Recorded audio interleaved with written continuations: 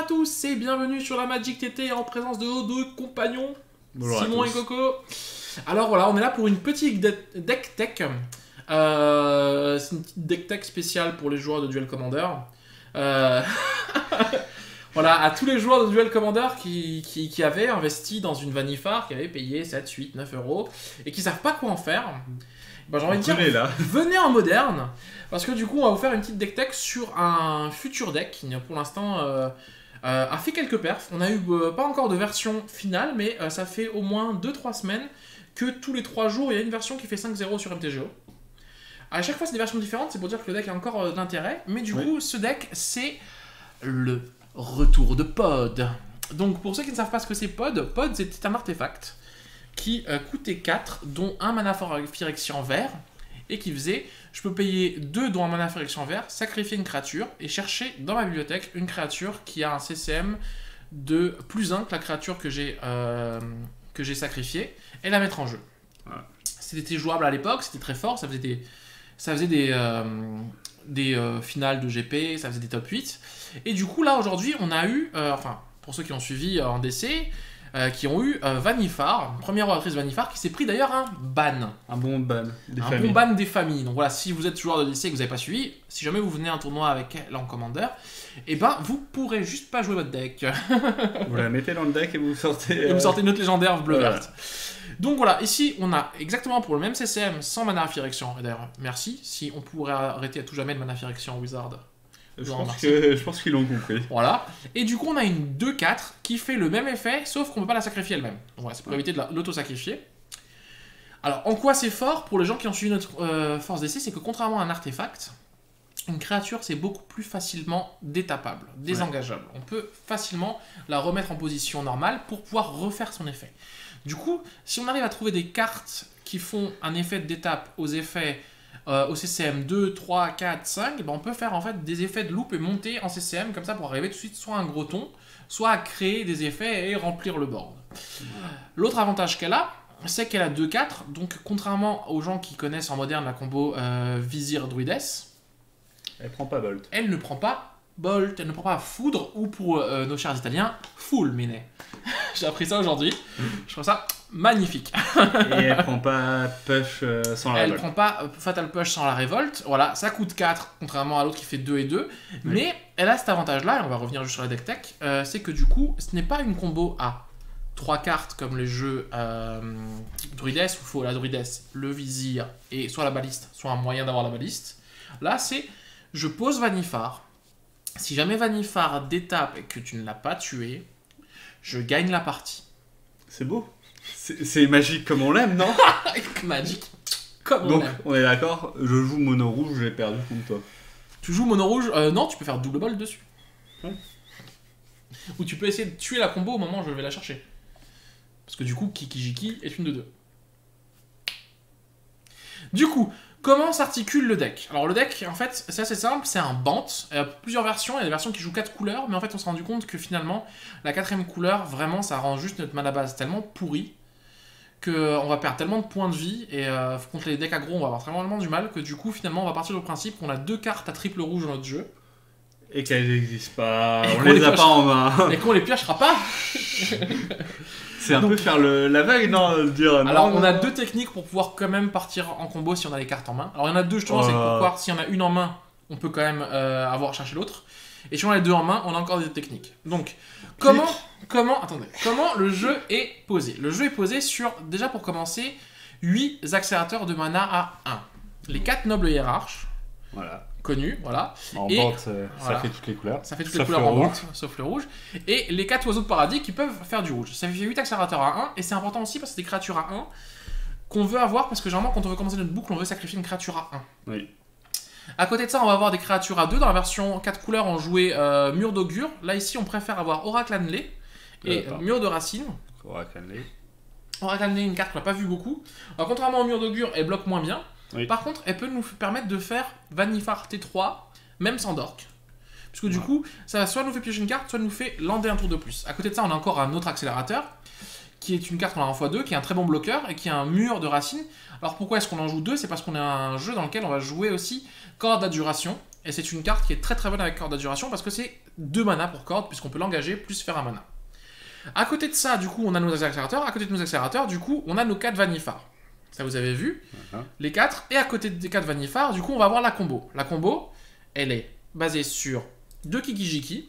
Donc, Kiki-Jiki, une créature légendaire qui coûte 5 et qui fait que j'ai la célérité, je l'engage et je fais, voilà, pour ceux qui connaissaient Jumeau Maléfique, pas Maléfique, Jumeau Partition, Splinter Twin. Ouais. En fait, je fais une créature non légendaire, une copie d'une créature non légendaire que je contrôle, et cette créature a la célérité jusqu'à la fin du tour et je la sacrifie à la fin du tour. Voilà. Donc ça rentre très bien en interaction avec l'autre carte à combo qui sera l'Ange de la Restauration, qui nous permet de, quand il arrive sur son bataille dans une 3-4 vol flash, de blinker une carte. Donc on blink le Kiki qui refait un ange, qui reblink Kiki-Jiki, et on fait des 3-4 vols célérité à l'infini. Et on a une autre carte qui nous permet de le faire à 3, qui est le sonneur de cloche, voilà, du village, qui arrive et il vient 1-4 flash et qui détape toutes les créatures qu'on contrôle. Donc ça dégage Twin, on rengage, on fait un sonneur de cloche, dégage Twin. Donc voilà, la combo, pour ceux qui connaissaient Kiki-Jiki, c'est la même qu'à l'époque de Pod, c'est la même qu'à l'époque de Kiki où Jeff Hoogland l'a joué. Et du coup, pour pouvoir avoir cette combo, on va avoir des tutos. À côté des tutos. Alors, comment tu fais la boucle une fois avec un Dork à 2 peut-être? Alors, on va expliquer la boucle, mais je vais juste expliquer 2 secondes ce qu'on a en plus. C'est les 2 tutos. Le premier qui est la corde à duration. Bien connu. Donc, qui permet d'avoir convocation, donc d'engager des créatures, triple vert en éphémère. Ça nous permet, du coup, en une carte, de faire fin de tour Vannifar. Début de tour, j'ai gagné. Ça peut surprendre des jeux. Ou aller chercher une partie de la combo. Chercher une partie de la combo, c'est-à-dire qu'on peut partir sur la combo seule avec juste une seule corde à duration. Je vous expliquerai ça après. Et du coup, à côté, on a l'évolution hermétique qui nous permet de chercher une nouvelle addition de la lune hermétique qui nous permet de sacrifier une créature. C'est une sorte de natural order et de chercher une créature à 2 de plus. À 2 de plus maximum. Oui, voilà. Maximum. Du coup, la combo, comment elle fonctionne? Ok, donc voilà, je vous explique un petit peu sur Cocatrice comment se fait la boucle. Donc voilà, imaginons qu'on a posé tour 1 bird, sans main un peu. Là, on est au tour 3. Vannifar active. Donc on va prendre notre mana, on prend un petit vert, on s'en fiche, ou un rouge, là voilà. On active Vannifar et on sacrifie le bird. Ensuite, après avoir sacrifié le bird, on va chercher dans la bibliothèque. Dans notre bibliothèque, on descend jusqu'à ce qu'on tombe sur notre Scribe Ranger qui arrive sur le champ de bataille. Il arrive sur le champ de bataille, on prend un mana vert en pool, on remonte notre forêt en main, et du coup, hop, lui, il va détaper Vannifar. Ensuite, Vannifar va sacrifier notre Scribe Ranger, et on va chercher du coup dans notre bibliothèque une carte à 3. Notre carte à 3 qu'on va chercher, c'est le Rallieur Renégat. Le Rallieur Renégat arrive, trigger de la révolte, son effet nous dit qu'on peut reprendre un permanent à TCM de 2 ou moins. Donc le Scribe Ranger revient, on reprend un mana vert en pool, Comme du coup, quand une créature revient du cimetière, elle revient comme une nouvelle créature, donc son effet, on peut le refaire, parce que normalement c'est une fois par tour, mais là du coup c'est bon. Du coup, on reprend la forêt, on détape Vannifar, grâce à l'effet de Scribe Ranger, et du coup on peut réutiliser Vannifar pour re-sacrifier Scribe Ranger et aller chercher une autre créature à 3. Cette fois-ci, on y va, on va chercher notre sonneur de cloche, qui arrive, qui du coup détape toutes les créatures, dont Vannifar. Donc là, on est avec 2 créatures à 3. Du coup, notre créature à 3, qui nous a servi justement à avoir une créature à 3 à sacrifier, on va pouvoir la sacrifier pour aller chercher une créature à 4. Dans notre créature à 4, on va chercher notre Ange de la Restauration. Notre Ange de la Restauration va arriver, hop, et il va blinker le village Bellringer. Boum, lui, il revient sur table, et du coup, son effet, je dégage toutes les créatures. Après avoir dégagé toutes les créatures, on a Vannifar qui est de nouveau utilisable. Donc, on utilise Vannifar, on sacrifie l'Ange de la Restauration, et là, on va pouvoir chercher une créature à 5 qui va être Kiki-Jiki, puisque l'Ange de la Restauration est sacrifié. Et là, on se retrouve sur table avec Kiki-Jiki et le village Bellringer. Donc, du coup, ce qu'on peut faire, c'est activer Kiki-Jiki, faire une copie de village Bellringer, qui va ensuite, sa copie arriver, détaper toutes les créatures, du coup détaper Kiki-Jiki, refaire une copie de village Bellringer, et du coup, en fait, on va pouvoir faire, un token à l'infini de 1-4. Voilà. Donc là, du coup, ce qui va se passer, c'est qu'on va avoir des 1-4, 1-4, 1-4 infini, avec tout qui est détapé. Et ensuite, attaquer l'adversaire pour une infinité de 1-4 célérité, puisque Kiki-Jiki donne célérité à tous les tokens qu'il crée. Le petit plus, c'est que du coup, si au moment on active Kiki-Jiki et qu'il nous tue Kiki-Jiki, bah Kiki-Jiki va au cimetière. Il y a le token qui apparaît quand même. Tac. CTRL J. Voilà, le token qui apparaît quand même. Du coup, il détape quand même Vannifar. Et du coup, on peut utiliser Vannifar pour sacrifier le token qui va disparaître pour nous permettre d'aller chercher un deuxième ange qui va nous permettre de blinker le village Bunringer qui va détaper Vannifar et du coup qu'on va pouvoir utiliser pour sacrifier le deuxième ange et aller chercher le deuxième Kiki-Jiki et du coup pour pouvoir repartir en combo au travers d'un anti-bet sur Kiki-Jiki. Voilà. Donc ça c'est à peu près la combo, j'espère qu'elle a été assez visible pour vous, c'est un petit plus à la vidéo. Si vous avez d'autres questions, n'hésitez pas à les mettre en commentaire. Ciao les gars. Du coup, sonneur de cloche et pas Exarch, vu qu'on joue bleu. Ouais. Alors parce que sonneur de cloche permet de faire passer la combo à travers Bolt. Pourquoi? Il n'est pas 1-4. Si, mais Exarch, ce qui peut se passer, c'est que quand on ramène Kiki-Jiki, j'active Kiki-Jiki en ciblant Exarch. En réponse, foudre sur Kiki-Jiki. Ta combo est perdue. Là, ce qui va se passer, c'est j'active Kiki-Jiki en visant sonneur de cloche. Ok. En réponse, je tue Kiki-Jiki. D'accord, Kiki-Jiki est tué. Le trigger de Kiki-Jiki se résout. Je mets sonneur de cloche. Toutes mes créatures se dégagent. Dont Vannifar. Et on peut repartir. J'utilise Vannifar pour sacrifier le token, qui est une copie de sonneur de cloche. Je vais chercher Ange de la Restauration. Je blink sonneur de cloche. Je sacrifie Ange de la Restauration et j'ai cherché le deuxième Kiki-Jiki. Ouais. C'est la raison unique pour laquelle il est là à la place de Exarch. Oui. L'autre raison, c'est qu'aussi nous permet de commencer à faire du mana. Et du coup, si à un moment on a besoin de caster une carte de la combo qui est dans notre main, en engageant les dorks, ça les dégage. Voilà. Simplement. Alors maintenant, la question qui va se poser, c'est qu'est-ce qui se passe si on a Kiki-Jiki en main? On a deux cartes qui sont prévues à cet effet-là. La première carte qui est prévue à cet effet-là, c'est Clique Vendilion.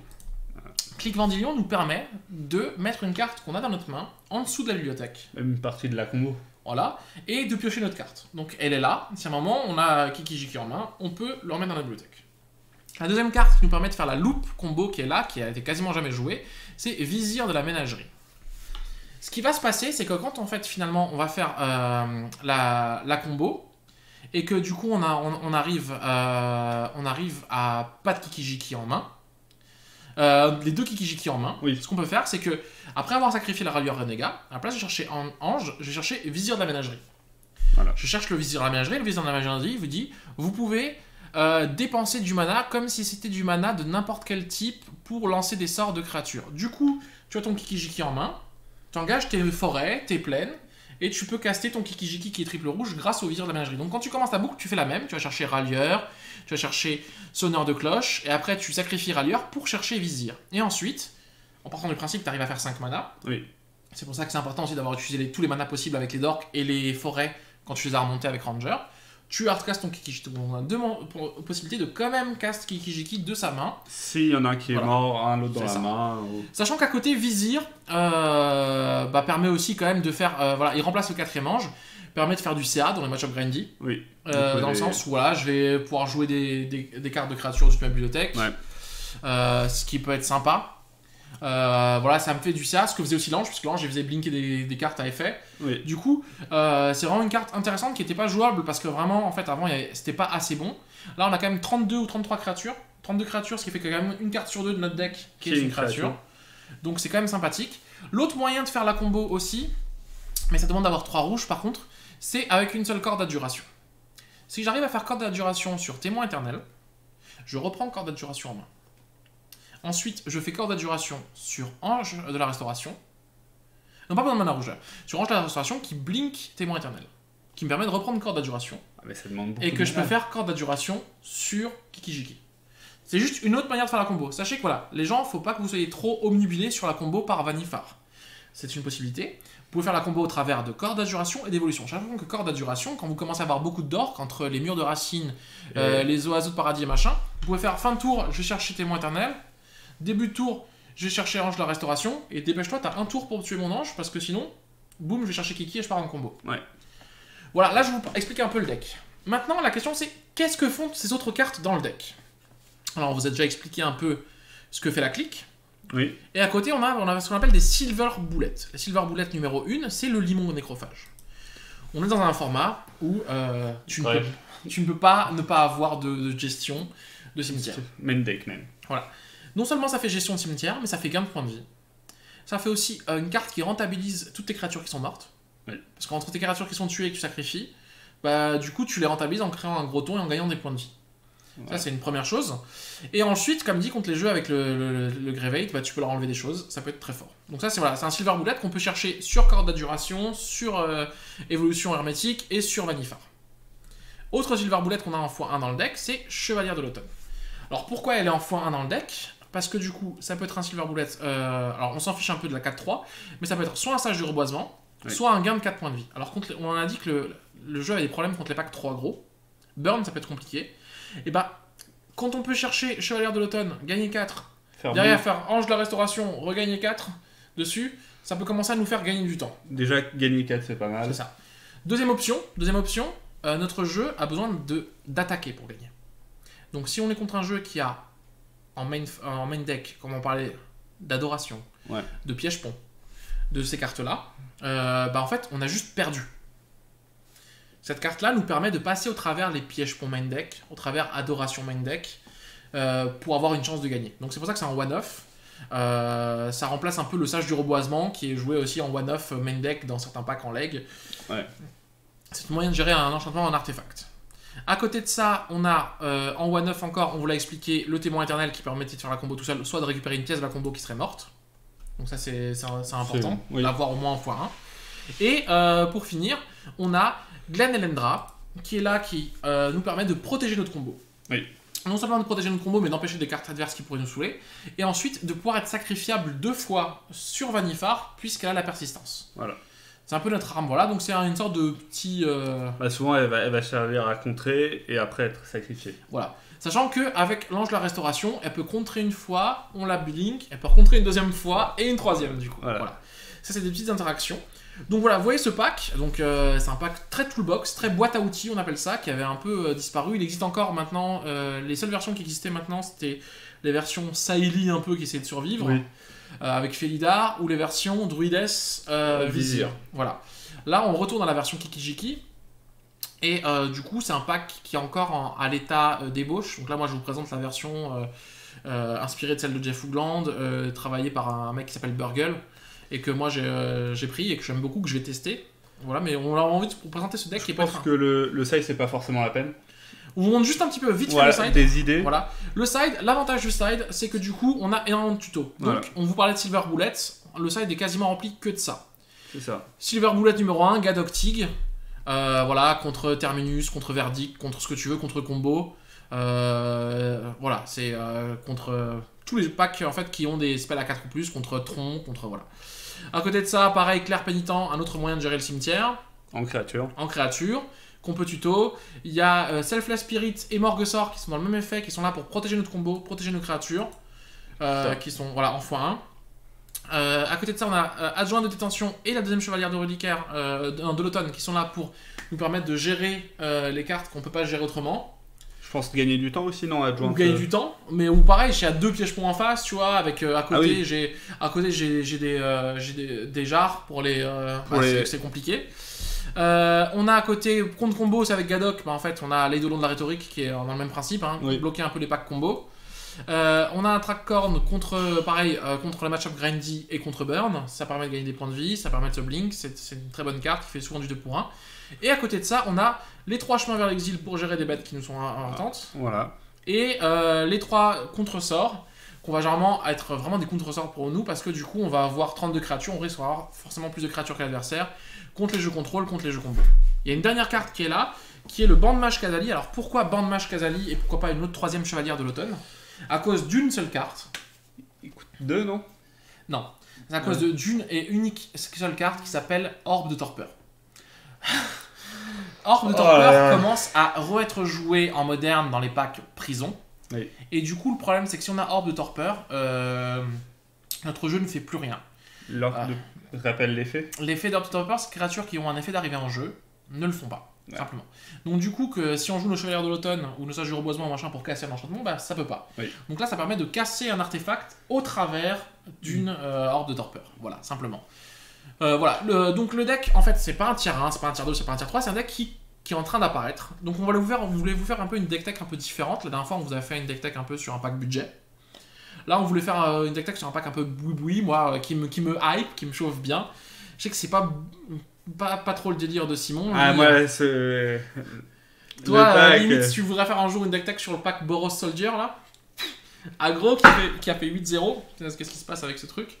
Et voilà, donc si vous avez des commentaires et même des listes qui sont plus à jour sur ce deck, n'hésitez pas. Oui. C'est un deck assez marrant, puisque du coup il y a ce concept vraiment de pouvoir chercher des choses, de pouvoir faire plein de petits bricolages. Je ne peux pas vous promettre que vous allez gagner avec ce pack, mais il a au moins la puissance d'être un deck qui en moderne te dit, si tu ne le gères pas, t'as perdu. Et ça, dans un format qui est aussi linéaire qu'en ce moment, oui. C'est un plus. Voilà. Sur ce, n'hésitez pas à nous laisser en commentaire des idées de deck tech que vous avez envie de faire, qu'on vous fait sur peut-être différents formats que le moderne.